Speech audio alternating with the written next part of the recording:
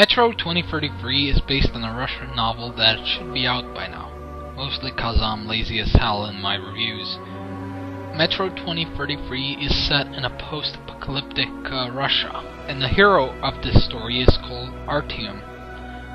You live in a subway town, which is where most of the population lives since the surface is covered with radioactive fallout. One day after your friend doesn't return from his search after the elusive Dark Ones, the mysterious mutants that have been attacking your hometown or station, or whatever it's called, and threaten everyone in the Moscow subway stations.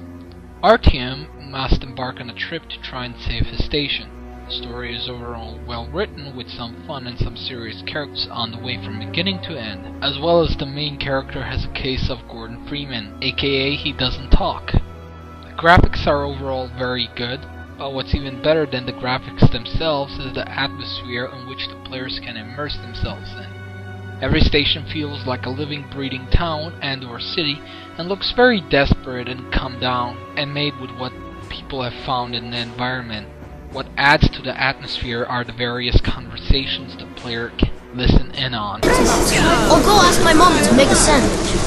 It's about 300 in the Polizhevsk. And everything from children running around to guitar players playing their guitars. Overall, every aspect of the Metro 2033's atmosphere I just love. Mainly cause it's so well done. Voice acting is laid a lot on typical Russian accent, but I really like it nonetheless. The gameplay is a mix of stealth, action, and survival. On the easy setting, the game is very generous, but on normal, the game's difficulty becomes apparent. The economy in the game isn't gold, silver, or bottle caps. In fact, the economy consists out of bullets. Yes, bullets. The game forces you to choose at every station whether you wish to keep the bullets or trade them in for a new weapon.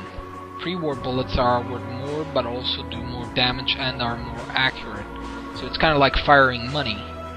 While the ones made in the subway are worth less in every way, but you can find more of them scattered around. The player can choose to go stealthy with throwing knives, stabbing knives, and of course the popular silence weapon. But the game's AI sort of makes this near impossible at times. Not cause they are smart, but they can get really stupid at times. At some points you'll be grateful for it, but sometimes you'll just go, what the fuck? The action in the game is plentiful. You'll fight communist Nazis, Nazi tanks, freaking giant mutant rats and moles, mutant gorillas, and so on. Each mutant has a certain way of fighting them, but players should pick up their pattern quickly. There's also pump and pressure weapons, where the more pressure you build up, the more damage it will deal. These things usually shoot out pellets or arrows. The player also has a rechargeable pack that needs to be recharged by hand in order for lights and your night vision to function properly. The gas mask is another element that needs taken care of. For one, you always need it to be stocked with filters, and second, you have to make sure it doesn't get too damaged, cause when you wear it, the mask can take damage and you need it in order to go outside.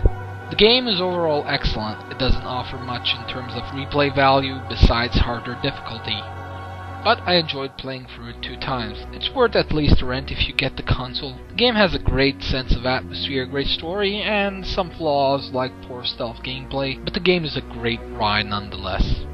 Till next time.